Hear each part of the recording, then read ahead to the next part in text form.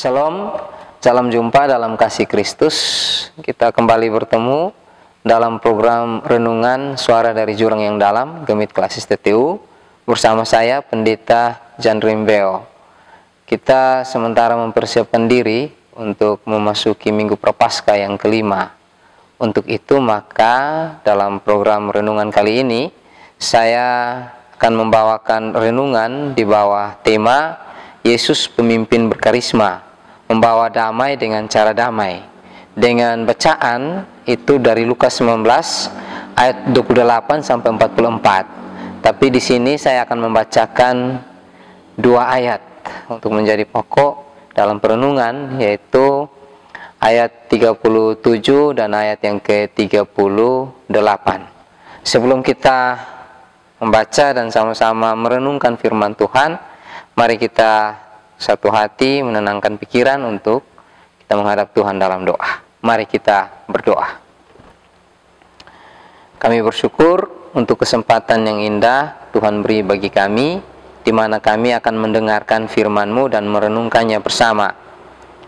Tapi sebelum itu kami mohon Tuhan menolong kami, supaya ketika kami membaca dan merenungkan firman Tuhan, kami dimampukan untuk mengerti. Lalu tolonglah kami di dalam kuasa Roh Kudus untuk memelihara firman Tuhan dalam kehidupan kami tiap-tiap hari. Jauhkan segala pencobaan yang mau menghalau firman Tuhan dari kehidupan kami, dan berfirmanlah bagi kami ya Bapa, karena kami siap untuk mendengarkan. Di dalam nama Yesus Kristus Tuhan, firman yang hidup, kami berdoa kepada Bapa di surga. Amin. Baik, Bapak Ibu Saudara-saudari, pendengar sekalian, kita akan membacakan Lukas pasal 19 ayat 37 dan 38. Demikian bunyinya. Ketika ia dekat Yerusalem, di tempat jalan menurun dari Bukit Zaitun, mulailah semua murid yang mengiringi dia bergembira dan memuji Allah dengan suara nyaring, oleh karena segala mujizat yang telah mereka lihat. Kata mereka, diberkatilah dia yang datang sebagai Raja dalam nama Tuhan, damai sejahtera di surga dan kemuliaan di tempat yang maha tinggi. Demikian pembacaan firman Tuhan. Berbahagia kita semua yang tidak hanya mendengarkan firman Allah, tapi juga memeliharanya dalam hidup kita setiap hari. Baik, Bapak Ibu, saudara-saudari sekalian, kita akan memasuki Minggu Prapaskah yang kelima. Itu berarti tinggal 2 minggu lagi kita akan memperingati kematian Yesus. Itu berarti kita semakin dekat pada peringatan kematiannya. Ya, tinggal 2 minggu lagi.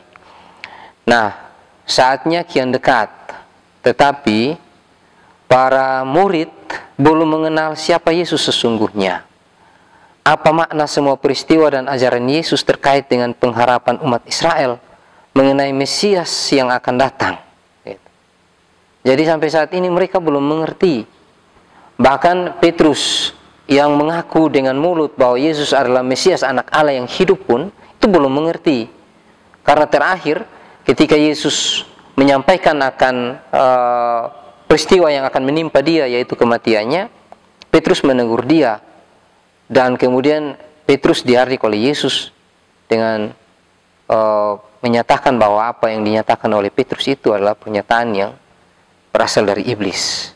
Itu berarti murid-murid belum paham, belum mengerti, ya, apa makna semua peristiwa dan ajaran Yesus yang terkait dengan pengharapan umat Israel mengenai Mesias yang akan datang. Ya. Dan karena itu kini Yesus menggunakan satu model komunikasi yang baru dalam bentuk drama teatrikal, yang menggunakan simbol-simbol untuk menyatakan secara tegas kepada umum, ya, bukan hanya para murid tapi kepada semua orang, itu siapa dia sebenarnya, bahwa dialah Mesias, Raja yang telah lama dinantikan, yang dinubuatkan dan lama dinantikan oleh mereka. Simbol-simbol yang Yesus pakai itu yang pertama itu keledai. Keledai ini adalah hewan piaraan, ya, yang biasa dipakai untuk angkutan. Lalu penggunaan secara khusus itu adalah menjadi tunggangan raja dalam masa damai, ya, ketika tidak ada perang. Berbeda dengan kuda, ya. Kuda itu memang biasanya jadi tunggangan orang kaya, tapi juga kuda itu jadi tunggangan yang digunakan dalam perang, ya. Tidak ada orang yang pakai keledai dalam perang, ya. Ya, dengan memasuki Yerusalem menunggangi seekor keledai, Yesus mengungkapkan bahwa ia adalah Raja Israel dan Mesias yang dinubuatkan. Apalagi ini keledai muda, ya. Ini Yesus mau menunjukkan secara sederhana, dia mau menyampaikan pesan perdamaian dan menunjukkan kerendahan hati. Ini juga adalah satu tindakan simbolis sebenarnya, ya, yang dimaksudkan untuk menunjukkan bahwa kerajaannya itu bukan dari dunia ini, bahwa dia tidak datang untuk memerintah dunia ini dengan paksaan dan kekerasan. Dan karena itu penolakannya untuk bertindak seperti seorang penakluk militer yang menang, itu menunjukkan bahwa kerajaannya itu bersifat rohani, ya, bersifat rohani, bukan jasmani.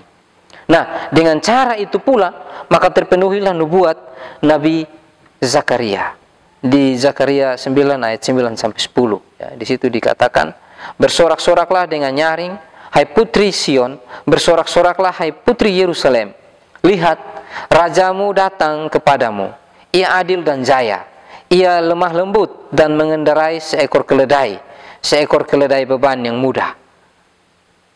Ia akan melenyapkan kereta-kereta dari Efraim dan kuda-kuda dari Yerusalem. Busur perang akan dilenyapkan, dan ia akan memberitakan damai kepada bangsa-bangsa. Wilayah kekuasaannya akan terbentang dari laut sampai ke laut, dan dari sungai Efrat sampai ke ujung-ujung bumi.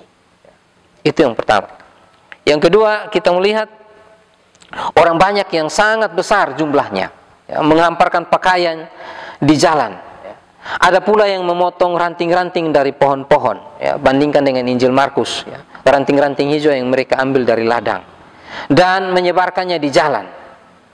Ketika ia dekat Yerusalem, di tempat jalan menurun dari Bukit Zaitun, mulailah semua murid yang mengiringi dia bergembira dan memuji Allah dengan suara nyaring, oleh karena segala mujizat yang telah mereka lihat.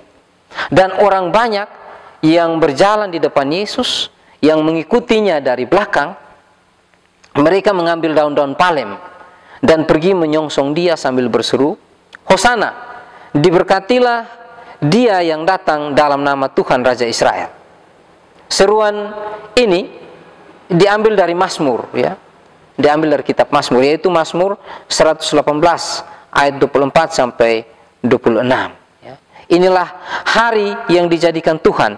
Marilah kita bersorak-sorak dan bersuka cita karenanya. Ya Tuhan, berilah kiranya keselamatan. Ya Tuhan, berilah kiranya kemujuran. Diberkatilah dia yang datang dalam nama Tuhan. Kami memberkati kamu dari dalam rumah Tuhan. Nah, Bapak Ibu Saudara-saudari, kata Hosana itu berasal dari istilah Ibrani Hosiana. Artinya, kami mohon selamatkanlah kami.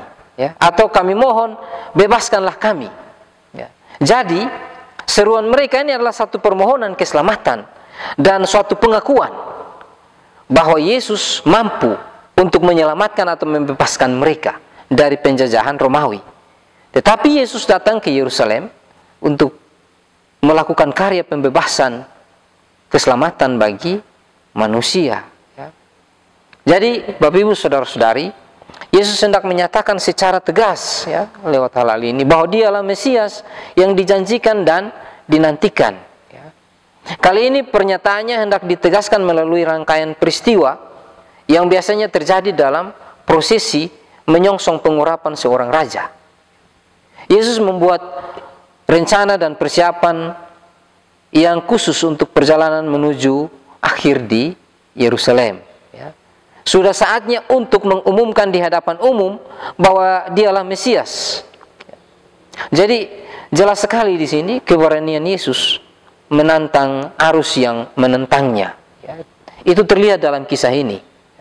Betapa tidak dia sadar sebenarnya bahwa perlawanan terhadap dia itu semakin kuat, seiring dengan semakin meluasnya dampak dari pengajaran dan pelayanan-pelayanan yang dilakukan olehnya. Bahkan persepakatan resmi untuk pembunuhan dan penangkapan Yesus itu sudah direncanakan dan diumumkan oleh para pemimpin Yahudi. Bandingkan dengan misalnya Yohanes 11 ayat 57. Nah, dalam situasi demikian, Yesus justru dengan sengaja merencanakan dan mengatur sedemikian rupa, bahkan dramatis ya, kita bisa bilang, perjalanannya ke Yerusalem ya, sebagai perjalanan menuju saat dan menuju tempat pengurapannya sebagai raja. Masuk ke Yerusalem dengan rombongan dan perarakan yang khas untuk prosesi pengurapan, penyambutan ala kerajaan, itu pasti dipahami sebagai pernyataan terbuka yang menantang siapapun yang hendak menghalangi dan melawannya. Ini semua untuk menyatakan bahwa inilah hari untuk mengumumkan bahwa semakin dekatlah saat yang dinantikan itu, bahwa Yesuslah Mesias ya. Bayangkan peristiwa itu terjadi ketika umat Israel dalam jumlah yang sangat besar itu berkumpul di Yerusalem untuk persiapan perayaan Paskah dan Hari Raya Roti Tidak Beragi ya. Jadi ini menunjukkan bahwa Yesus secara terbuka ya, menyatakan keberadaannya ya, dan secara tegas ya. Ketegasan itu dinyatakan juga secara verbal dengan kata-kata. Ketika orang Farisi yang menyertai Yesus meminta dia untuk menegur murid-muridnya yang menyanyikan syair Mazmur, diberkatilah dia yang datang sebagai raja. Yesus menjawab, aku berkata kepadamu, jika mereka ini diam, maka batu ini akan berteriak. Dengan ini Yesus hendak menegaskan bahwa inilah harinya, tidak ada apapun atau siapapun yang bisa menghalangi dia. Ya. Nah, maka jelas di sini ya, bahwa ini merupakan bentuk pengumuman Yesus terhadap kemesiasannya ya, kepada khalayak umum. Nah, kemarahan semua orang yang menentang dia sebenarnya bersumber pada ketidakmengertian dan perbedaan pandangan dan sikap berkaitan dengan terwujudnya kerajaan yang dikehendaki Allah ya. Perbedaan pandangan mereka tentang siapa Mesias.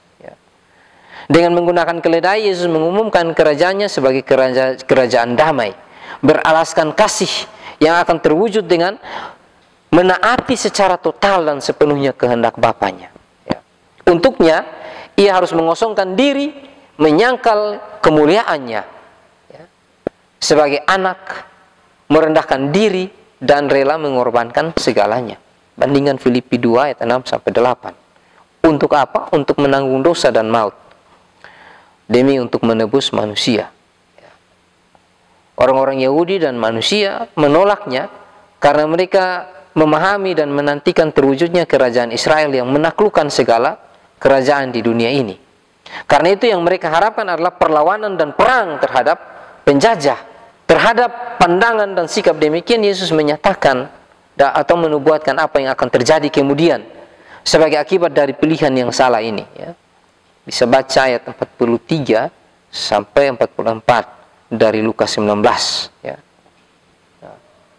Sebagai penulis yang menulis Injil sesudah kejatuhan dan kehancuran Yerusalem pada tahun 70, Lukas yakin bahwa peristiwa itu telah dinubuatkan oleh Yesus ketika orang-orang sebangsanya ya, menolak kerajaan damai yang ditawarkan dan dinyatakan olehnya ya. Keruntuhan Yerusalem itu adalah akibat dari pilihan menolak Yesus dan memilih jalan pemberontakan melalui perang ya. Yang Yesus mau itu ialah jalan damai ya. Nah, dari sini ada beberapa hal yang penting ya. Yang pertama, Bapak Ibu Saudara-saudari, umat manusia sebagaimana halnya orang Yahudi pada zaman Yesus umumnya menghendaki terwujudnya damai sejahtera ya. Tidak ada yang tidak menghendaki terwujudnya damai sejahtera. Semua pasti menginginkan terwujudnya damai sejahtera ya. Tetapi masing-masing melakukan dengan pemahaman mereka sendiri ya, pikiran mereka masing-masing ya. kerajaan yang ditata secara duniawi dalam kebenaran dan keadilan sebagaimana yang diyakini. Cara-cara yang biasa untuk semua kerajaan pun dipakai, misalnya, ya. Pasukan berkuda, kereta perang, penaklukan, dan berbagai cara untuk mempertahankan kekuasaan demi melindungi diri dan membangun kehidupan duniawi, ya.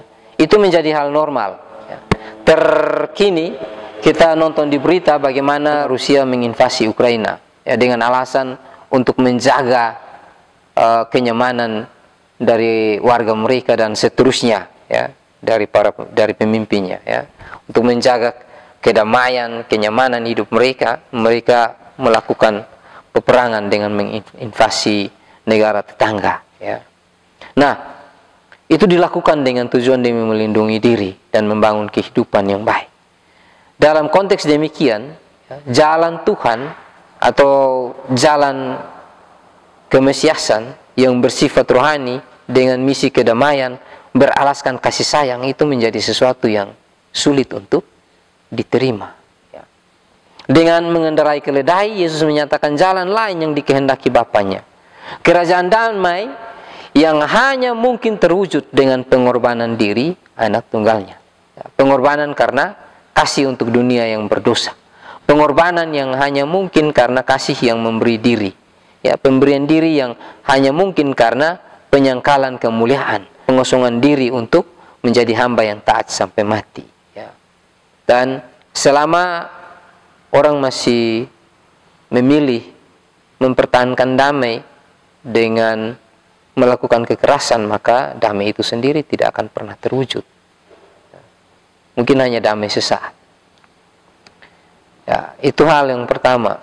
Hal yang kedua, mengaminkan karya penyelamatan Kristus melalui pengakuan iman dalam liturgi dan kata-kata dalam hidup sehari-hari mungkin tidak terlalu sulit. Tetapi sering kita mengalami kesulitan untuk mengakui Dia sebagaimana Dia menghendakinya, ya. Dia menghendaki kita untuk menerimanya, dan karena itu mengakui jalan yang dilaluinya untuk menyelamatkan kita, ya. Murid-murid Yesus, orang-orang percaya, masih terjebak dalam pemahaman dan pengharapan mesianik seorang Yahudi, ya. Mereka menghendaki Yesus menjadi Mesias sebagaimana yang mereka harapkan. Mereka mau mengakui Yesus sebagai Mesias, tapi seperti yang mereka kehendaki, bukan seperti yang Yesus sendiri kehendaki. Kita tergoda untuk membangun kerajaan bagi diri dan kelompok kita sendiri sebagaimana yang kita impikan dan kehendaki, ya. Keinginan berkuasa dan diakui sebagai raja kecil, ingin dipuji dan dihormati sebagai penentu, membuat kita mengalami kesulitan, ya, membuat kita sulit, ya, untuk mengalami kerajaan damai beralaskan kasih sayang. Dalam hal ini nasihat Paulus kepada orang Kristen di Filipi untuk meneladani Yesus itu menjadi sangat relevan untuk mengosongkan diri, ya. Itu yang kedua. Yang terakhir, Yesus ditinggikan justru karena Ia datang dan memerintah dalam damai dengan kasih, ya. Tidak satu bagian pun pada dirinya yang menjadi buruk dan memalukan hanya karena Ia mengalami segala bentuk perlakuan buruk. Mengikuti Yesus dengan setia melalui jalan yang dilaluinya adalah sesuatu yang tidak biasa, ya, tidak lazim di dunia ini. Kalau kita ditolak, dihina, atau kalau kita diperlakukan dengan tidak wajar, ya, karena memilih jalannya, itu tidak akan mengurangi apapun. Tetaplah rendah hati dan menjadi pembawa damai, apapun masalahnya dan bagaimana situasinya. Karena itulah jalan Yesus untuk mewujudkan kerajaannya, ya. Kita semua terpanggil untuk membawa damai dengan cara damai. Tuhan memberkati. Amin.